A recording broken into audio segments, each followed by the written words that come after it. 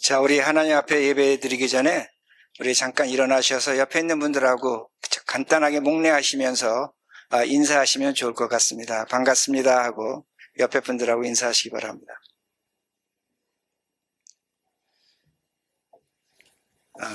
코네티컷 한인교회는 너무나 점잖으셔갖고 예배가 굉장히 이렇게 엄숙합니다. 근데 제가 다니는 미국 장로교 교회가 있는데 거긴 예배 중에 한 10분을 어떨 땐 꽤 오래 이렇게 돌아다니면서 같이 인사합니다. 그래서 우리 이렇게 하나님 앞에 예배 드리는데 서로 인사하고 또 하나님 앞에 인사하는 그런 우리가 됐으면 좋겠습니다.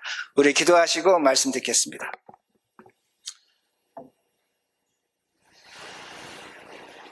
하나님 감사합니다. 예수 그리스도로 말미암아 구원받게 하시고 생명을 얻게 하시고 성령님이 함께 하셔서 오늘도 우리가 세상과 다른 시간에 다른 자리에서 하나님께 말씀 듣고 예배를 드립니다. 이 순간 이 시간이 얼마나 거룩한 것이며 세상이 줄 수 없는 것이고 내 스스로 만들어낼 수 없는 것이 됩니다. 하나님께서 허락하셨습니다. 그러기에 성령 하나님께서 말씀하시고 이 음성을 듣고 우리가 하나님의 사람으로 살아갈 수 있도록 성령께서 인도하여 주시옵소서. 하나님의 말씀 되기를 간절히 바라며 예수님 이름으로 기도합니다. 아멘. 오늘 말씀의 제목은 하나님은 어디에 계신가? 하나님은 어디에 있는가? 우리의 눈물에 있고 질병에 있고 아픔에 있고 시련에 있다는 말씀이 됩니다. 하나님은 이스라엘 백성이 광야 40년 방황할 때에 먹을 것이 없는 것이었습니다. 이스라엘 가보시면 아시겠지만 광야는 정말로 풀 한 폭이 없는 곳입니다. 근데 하나님께서 그 백성들에게 만나와 메추라기를 주셨습니다. 우리 주 예수 그리스도는 이 땅에 계실 때에 병든 자, 가난한 자, 어려움을 당하는 자들에게 은혜를 베푸셔서 그들을 고치시고 그들에게 먹을 것을 주시고 치유해 주셨습니다. 우리 각자도 마찬가지입니다. 우리도 살아가면서 하나님의 사랑과 은혜를 받습니다. 내가 기대하지 않았던 은혜와 사랑이 우리에게 찾아오고 또한 하나님께서 정말로 신비한 방법으로 우리의 필요를 채우십니다. 이럴 때마다 우리는 우리의 믿음을 확인합니다. 나에게 믿음이 있다. 그래서 하나님께서 우리에게 이런 것을 주시는구나 라고 그렇게 생각을 합니다. 그런데 성경에 보면 반대의 사건도 많이 있습니다. 여러분 욥이 있는데 동방의 의인 욥이라고 하는 그 사람이 있는데 하나님은 사탄을 통해서 그에게 고난을 주십니다. 아픔을 주십니다. 또한 우리가 성경을 보면 사도 바울이 있습니다. 사도 바울은 하나님께 간절히 기도했습니다. 몸에 사단의 가시를 빼어달라고 기도했지만 하나님은 그 가시를 빼어주지 않습니다. 하나님은 분명히 살아계신 것 같은데 때로는 우리의 기도를 거부하고 우리를 외면하고 우리를 돌봐주지 않는다는 겁니다. 그러기에 이럴 때마다 우리는 우리 자신을 질책합니다. 처음에는 어떻게 생각하냐면 내가 믿음이 없는 것보다 믿음이 약한가 보다 그렇게 생각을 합니다. 그러면서 열심히 신앙생활합니다. 그런데도 문제가 해결되지 않고 어려움은 계속 찾아옵니다. 그때 우리가 생각하는 것은 무엇이냐면 두 번째로 하나님이 정말로 살아계신가? 하나님은 계신가? 라는 질문을 던지게 됩니다. 그러도 끝없는 시련이 찾아오고 어려움이 찾아옵니다. 그럴 때 우리가 생각하는 것은 뭐냐면 하나님이 없는 것 같다는 겁니다. 더 나아가서 하나님은 죽으신 것 같다는 그런 생각을 합니다. 그러게 제가 목사로서 교인 중에 심한 어려움을 당하고 신앙을 버리고 떠난 사람들도 보게 됩니다. 여러분이 다윗에 있는 그 다윗의 시편을 보면 다윗이 하나님을 찬양합니다. 근데 시편을 잘 공부해 보면 그 시편 앞부분에는 대부분 다윗이 하나님께로도 외면을 당합니다. 하나님이 버리시는 것을 다윗 스스로가 고백한다는 겁니다. 때로는 하나님이 없다고도 그렇게 얘기합니다. 그러나 그는 결국에 하나님을 찬양합니다. 우리 신앙의 선배들이 있는데 아브라함이 있고 모세가 있고 야곱이 있고 삼손도 있고 여러 가지 신앙의 선배가 있습니다. 신약 성경에 가면 베드로가 있습니다. 바울도 있습니다. 이 신앙의 선배들의 특징이 공통점이 하나가 있는데 뭐냐면 하나님으로부터 외면당한 때가 있었습니다. 하나님이 없는 것 같은 자리에 서 있었습니다. 그런데 그들이 결국에는 더 깊게 하나님을 만나고 믿음이 커지고 높아지는 것을 분명히 볼 수가 있습니다. 그러기에 고난이라는 것, 시련이라는 것이 과연 무엇인가입니다. 오늘 본문에 씨 뿌리는 비유가 됩니다. 여러분들이 이 말씀을 많이 들으셨을 것입니다. 씨 뿌리는 자는 누구냐? 예수 그리스도라고 성경은 가르쳐 줍니다. 좋은 씨는 누구냐? 우리라는 겁니다. 하나님의 아들, 딸, 우리가 좋은 씨라고 말씀합니다. 그런데 가라지가 있습니다. 독보리가 있습니다. 나쁜 것들이 뿌려집니다. 그것은 사탄의 그 후손들, 악의 자손들이라고 그렇게 말씀합니다. 그리고 또 하나가 있는데 밤에 잘 때 몰래 와서 씨 뿌린 자가 사탄마귀라고 그렇게 말씀합니다. 우리가 이 말씀을 볼 때 가장 크게 먼저 오해하는 것은 뭐냐면 예수님이 잠들 때 사탄이 와서 씨를 뿌렸다고 그렇게 생각을 합니다. 그런데 예수님이 아닙니다. 예수님은 단수명사 에이멘이라고 성경은 기록하고 있습니다. 복수가 잠자는 겁니다. 25절에 보면 사람들이 잘 때에 이런 말씀이 있는데 영어 번역은 while men were sleeping입니다. 사람들이 잘 때입니다. 사람들이 잘 때 누가 와서 씨를 뿌리냐? 그 가라지를 뿌리냐? 우리에게 고통을 주느냐? 성경은 분명히 가르쳐 줍니다. 사탄 마귀가 그렇게 한다고 분명히 가르쳐 줍니다. 우리가 잠잘 때 마귀가 사탄이 우리의 가정에, 우리의 교회에, 나의 인간관계에 가라지 씨앗을 뿌린다는 것을 분명히 가르쳐 줍니다. 그러면 우리는 어떻게 생각하냐면 잠잔다는 것을 내가 영적으로 게으른 것, 하나님 말씀 보지 않는 것, 기도하지 않는 것, 교회 출석 열심히 하지 않는 것, 그런 것으로 우리의 신앙이 잠잔다라고 그렇게 해석을 하기도 합니다. 그런데 이것은 너무나 단순한 해석입니다. 성경에서 예수님께서 우리에게 잠잔다는 것을 분명하게 뚜렷하게 가르쳐 주십니다. 예수님이 겟세마네 동산에서 기도하러 올라가실 때 제자들을 데리고 가십니다. 그러면서 예수님께서 이렇게 말씀하십니다. 두 번 똑같은 말씀을 하시는데 첫 번째, 제자들에게 내 마음이 매우 고민하여 죽게 되었으니 너희는 나와 함께 깨어 있으라 말씀합니다. 기도하기 전에 예수님께서 제자들에게 말씀하시는 게 뭐냐면 너희는 나와 함께 깨어 있어야 된다고 그렇게 말씀하십니다. 그리고 예수님께서 피가 땀이 되도록 기도를 하셨습니다. 그리고 돌아와서 보니까 제자들이 자고 있었습니다. 그때 예수님께서 똑같이 말씀하십니다. 뭐라고 말씀하시냐? 너희는 나와 함께 깨어 있을 수 없느냐. 여러분, 아주 중요한 말씀이 나옵니다. 나와 함께입니다. 나와 함께라는 겁니다. 즉 잠자지 않는다는 건 뭐냐면 예수 그리스도와 함께 깨어 있어야 된다는 겁니다. 그러면 우리는 어떤 생각을 하면 깨어 있다는 거, 잠들면 안 되겠구나 라고 생각하는데 헬라어 원문으로 보면 그렇지 않습니다. 영어 번역도 보면 watch라는 단어 썼습니다. 이게 뭐냐면 너희들이 잠자지 않으려면 나와 함께 깨어 있으라는 겁니다.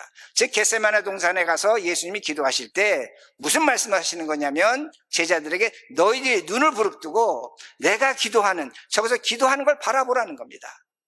내가 땀이 되도록 기도하는 걸 보라는 겁니다. 이게 깨어 있다는 겁니다. 그리고 깨어 있다는 이 말씀의 의미는 뭐냐면 예수 그리스도를 바라보는 겁니다. 워치하는 겁니다. 쳐다본다는 그런 말씀이 됩니다. 우리가 하나님을 믿지만 정신 차려서 하나님을 바라보지 않으면 사단은 우리에게 가라지 씨앗을 뿌립니다. 왜? 잠들고 있기 때문에. 다시 말씀드립니다. 우리가 신앙생활하지만 믿고 있지만 정신 차려서 하나님을 바라보지 않을 때에 사단은 가라지 씨앗을 뿌린다는 겁니다. 그러므로 신앙생활은 무엇이냐? 정신 차려야 된다는 것입니다. 만약에 우리가 정신 차리고 신앙생활하지 않으면 믿음 같은데 믿음이 아닌 믿음주의에 빠집니다. 제가 오늘 여러분들에게 간단하게 하나를 설명하는데 믿음과 믿음주의입니다. 두 개가 굉장히 혼란스럽게 사용되는 것이 교회라는 것을 알 수가 있습니다. 여러분 신앙생활을 하시면서 믿음과 믿음주의를 구분하셔야 되고 여러분 스스로가 지금 내가 믿음을 갖고 있는지 믿음주의에 갖고 빠져 있는지를 한번 확인해 보시라는 겁니다. 믿음이라는 건 뭐냐면 하나님을 믿는 겁니다. 나를 믿는 것이 아닙니다. 내 마음을 믿는 것이 아닙니다. 그러기에 우리 신앙의 선배들은 믿음을 갖고 있을 때 반드시 동행된 것이 무엇이었냐면 순종이었습니다. 하나님 말씀에 대해서 순종하며 그 말씀대로 살았다는 겁니다.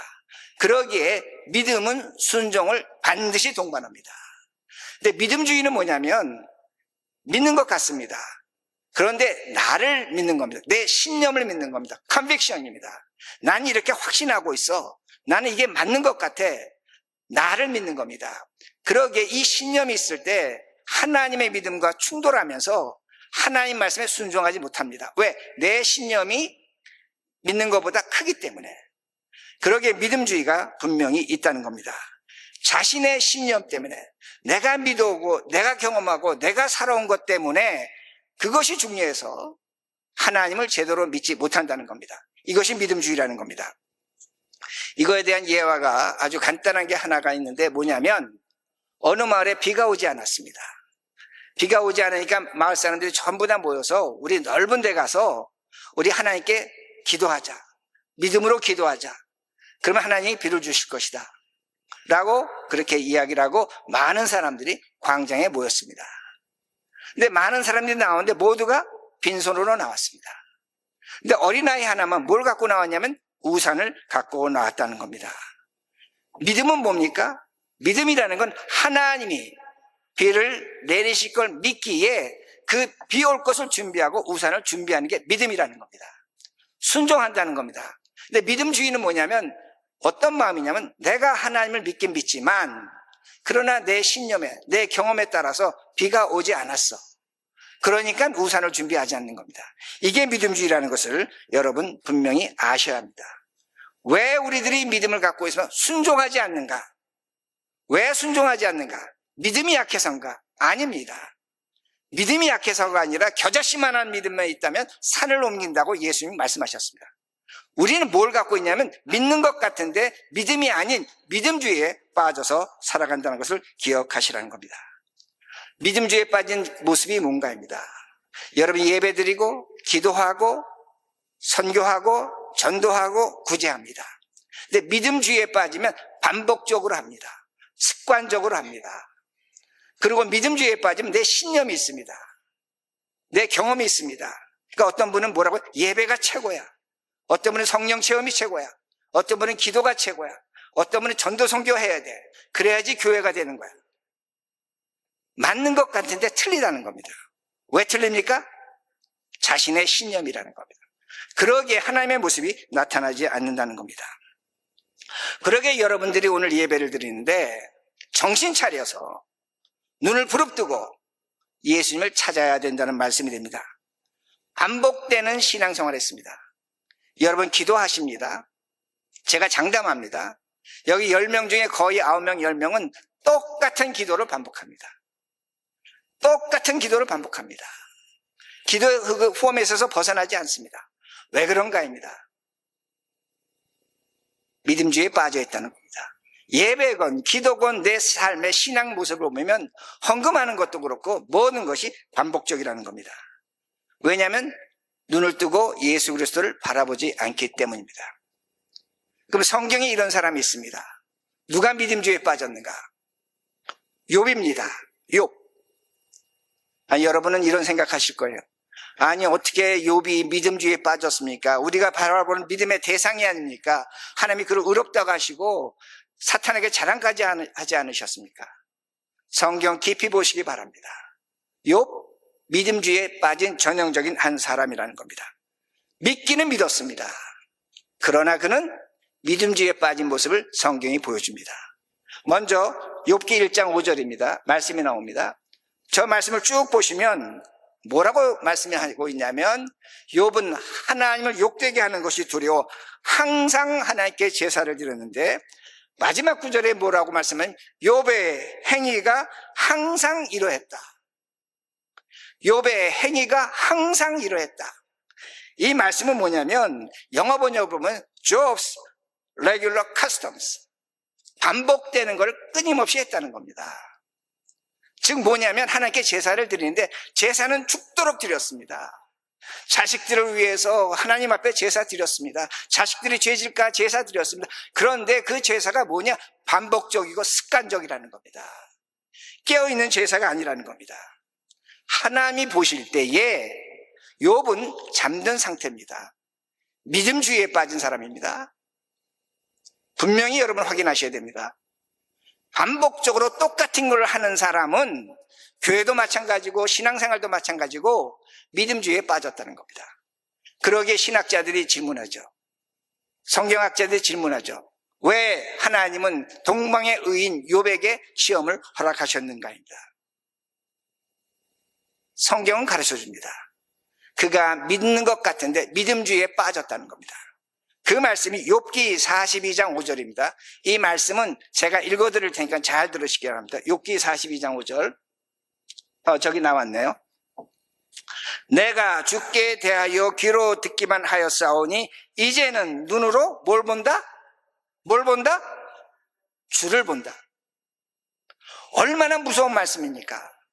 죽도록 고난당하고 죽기 일보 직전 가고 그야말로 욥기 16장에 하나님이 나를 세워놓고 활을 쏴서 내 창자가 쏟아져 나오도록 고통을 주신 하나님을 만난 후에 욥이 뭐라고 얘기하냐면 내가 지금까지 하나님을 귀로만 듣기만 했습니다. 그런데 그 고난과 아픔을 당하고 나니 이제는 내가 하나님을 어떻게 한다? 눈으로 본다는 겁니다. 하나님을 다시 한번 발견했다는 겁니다. 욥은 고난과 시련을 당하고 난 후에 하나님을 눈으로 봤다고 말씀합니다. 그러게 욥기 42장 6절입니다. 42장 6절.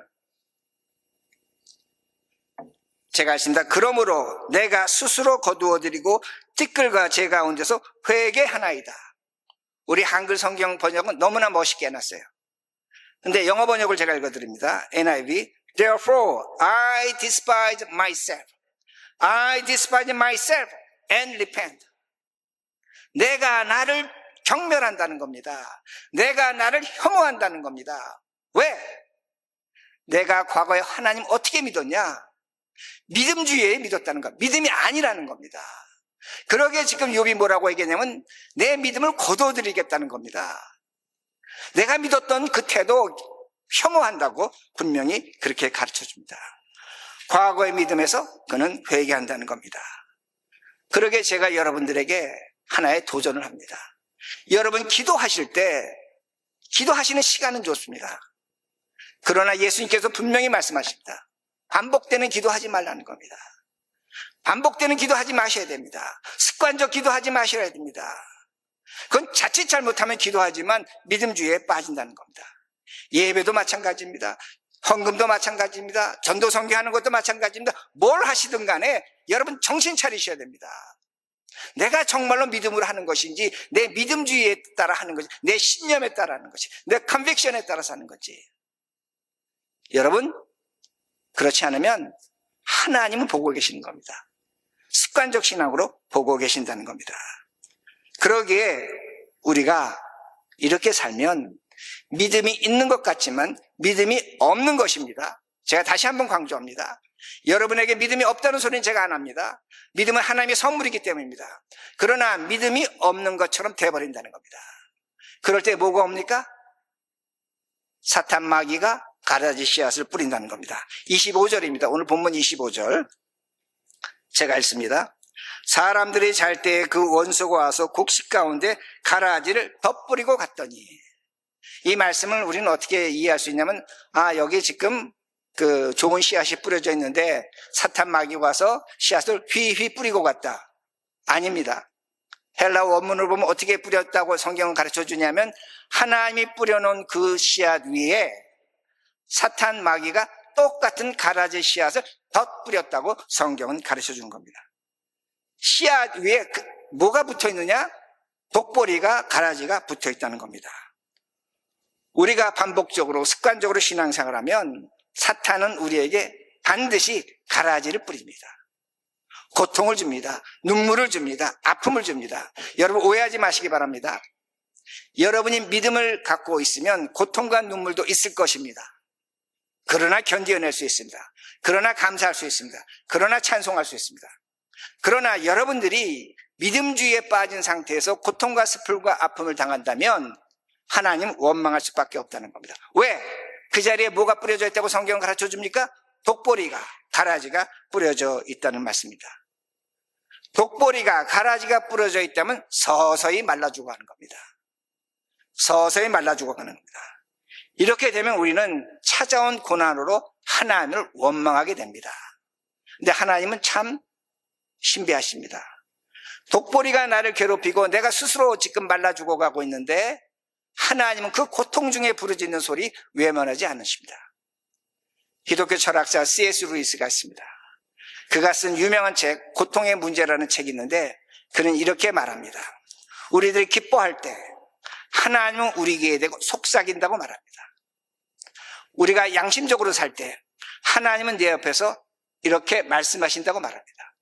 그런데 그는 말하기를 우리가 고통당할 때, 정말로 힘들어할 때, 내 잘못으로 인해서 좌절하고 낙심할 때에 하나님은 커다란 스피커가 되셔서, 지금 제가 사용하는 이 스피커가 돼서 우리에게 외치신다고 그렇게 말합니다. 고통 중에도 하나님은 우리를 사랑하십니다. 근데 말씀이 있는 것이고 그 고통 중에 우리 주 예수 그리스도가 함께 하신다는 것을 C.S. 루이스는 말하고 있습니다. 그러게 마태복음 13장 29절입니다. 하나님 우리를 어떻게 보존하신가? 주인이 이르되 가만두라 가라지를 뽑다가 곡식까지 뽑을까 염려하노라. 우리에게 가난이 있고 눈물이 있고 질병이 있습니다. 시련이 있습니다. 우리는 이게 뽑아지기를 원합니다. 근데 예수님께서 일꾼들에게 말씀하십니다. 뽑지 말라는 겁니다. 그 고통과 눈물과 아픔을 그대로 두라는 겁니다. 왜 그러냐? 그걸 뽑다가 뭘 뽑는다? 가라지를 뽑다가 좋은 것을 알곡을 뽑는다는 겁니다. 그러게 내버려두라고 그렇게 말씀하십니다. 저는 목회하면서 여러분들의 신앙 고백을 간증을 들어봤습니다. 많이 듣는 것 중에 하나가 뭐냐면 이런 간증을 하십니다. 내가 이 문제가 평생 해결되지 않았습니다. 이 질병이, 이 가난이, 이 어려움이 해결되지 않았습니다. 하나님께 눈물로 기도했고 매달렸고 정말로 간절히 하나님께 이 일이 해결되길 기도했습니다. 그런데 문제가 해결되지 않았습니다. 어려움은 그대로 남아 있었습니다. 그러면서 그분이 뭐라고 말씀하시냐면 그런데 내가 깨닫는 것이 있습니다. 내가 왜 지금 예수 그리스도를 믿고 왜 하나님의 사람이 됐고 왜 지금 내 마음에 기쁨과 감사가 있는가? 문제는 해결되지 않았는데 하나님이 내 문제 해결해 주시지 않았기 때문입니다. 하나님이 오늘날 우리의 눈물과 고통을 왜 해결해 주시지 않는가? 죽을 수 있다는 겁니다. 하나님의 자녀가 안 될 수 있다는 겁니다. 그것으로 타락할 수 있다는 겁니다. 그러니까 내버려두라고 분명하게 말씀하십니다. 가라지가 뽑혀지는 상태, 죽는 상태가 될 수 있다는 겁니다. 그러기에 여기에 딜레마가 있는 겁니다. 어떤 딜레마가 있냐면 나는 오늘도 신앙생활하면서 이것이 뽑혀지길 바랍니다. 이 문제가 해결되길 바랍니다. 근데 하나님 입장에서 뭡니까? 뽑으면 안 된다는 겁니다. 내버려 두겠다는 겁니다. 우리는 어떤 선택을 해야 됩니까? 우리는 어떻게 살아야 되는가입니다. 고난은 해결되지 않을 수 있다는 것을 분명히 가르쳐 줍니다. 질병, 고통 중에서 계속될 수 있다는 겁니다. 하나님을 찾지만 하나님이 나타나지 않을 수 있다는 겁니다. 그러면 또 한 번 질문해 봐야 됩니다. 하나님은 우리가 고통당할 때 뭘 하시는가? 내 문제 해결해 주지 않으시고 하나님 저 하늘 보좌 위에서 그저 멍하니 우리를 바라보시는가? 그렇지도 않습니다. 세계 신학사에 참 이상한 일이 일어났는데 여러분 독일과 일본이 2차 세계대전을 일으킨 전범국가입니다. 그 전범 국가들이 일으킨 전쟁으로 인해서 수백만 국민들이 죽었습니다. 자국 국민들도 죽고 다른 나라 국민들도 죽였습니다. 그게 오명이 씌워진 겁니다. 무슨 오명이 씌워졌냐면 너희들은 전쟁을 일으킨 전범 국가라는 겁니다. 일본은 지금도 전범 국가입니다. 독일은 지금도 전범 국가입니다. 그러니까 마음에 상처가 있는 겁니다. 그 전쟁 이후에 너무나 사람들이 피폐해졌습니다. 고통이 있었습니다. 많은 과부들이 생겼고 많은 사람들이 팔다리를 잘렸고 정말로 살아갈 방법이 암담했습니다. 근데 참 이상합니다. 하나님. 한 사람은 독일 사람 몰트만이라는 사람이 있고 다른 한 사람 일본 사람은 기타모리 가조라는 사람이 있었습니다. 그 두 사람을 통해서 하나님께서 똑같은 걸 말씀하십니다. 수천 마일 떨어져 있는데 뭐라고 그들은 생각하냐면 우리가 이렇게 고통당하는데 하나님은 뭘 하시는가? 하나님이 우리를 외면하지 않는가? 그 질문을 신학적으로 성경적으로 깊이 했다는 겁니다. 그런데 그들은 무슨 결론을 내렸냐면 두 사람 다 표현은 다르지만 하나님은 우리의 고통을 외면하지 않는다는 겁니다. 하나님은 우리의 고통과 함께 있다는 겁니다. 팔 잘린 상이 용사의 그 삶 속에, 과부가 된 그 여자의 고통 속에 하나님이 함께 하신다고 그들은 그렇게 신학적으로 설명했습니다.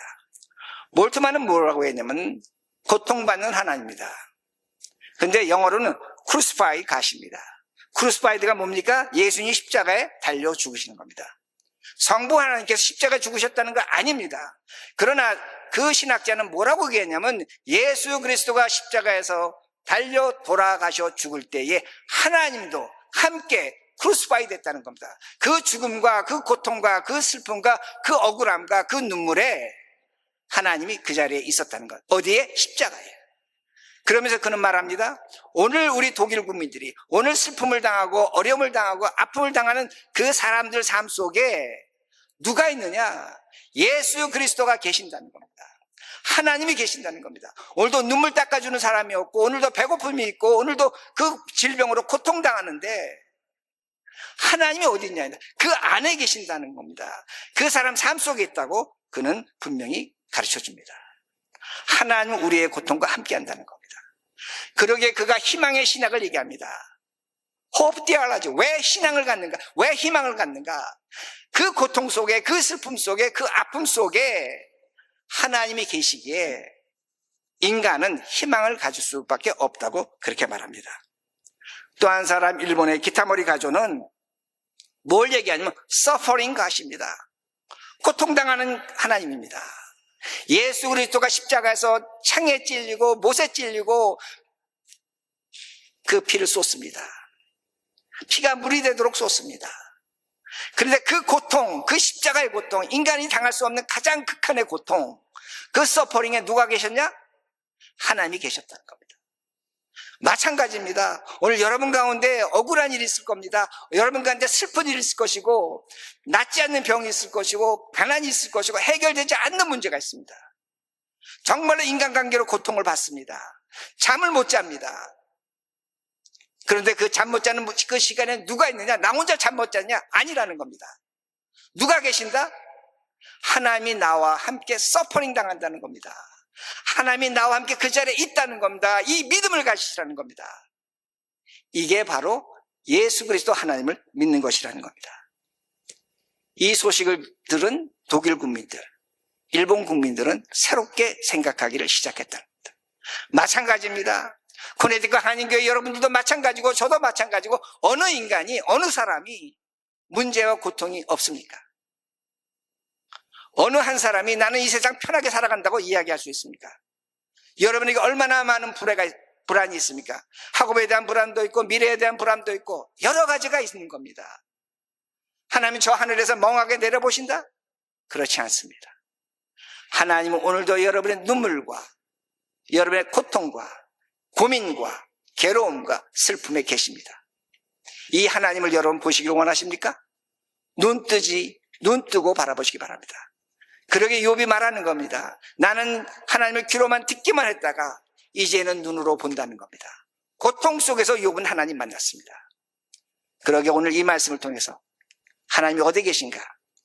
여러분이 잠 못 자는 그 시간에, 밤에 수면제를 먹어야 하는 그 시간에 하나님도 수면제를 드십니다. 같이 고통당하십니다. 이런 하나님을 믿고 사시는 우리 모두가 되기를 간절히 바랍니다. 기도합니다.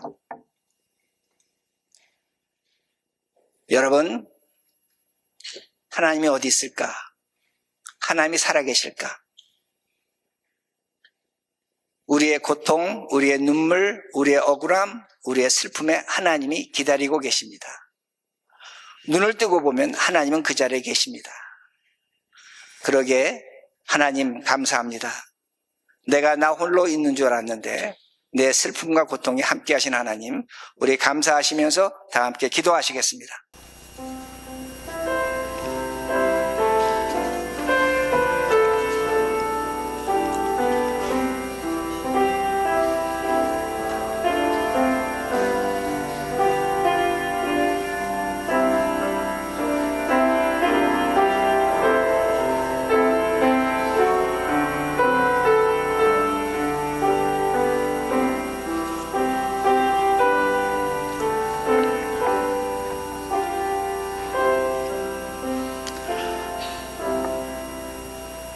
하나님 감사합니다.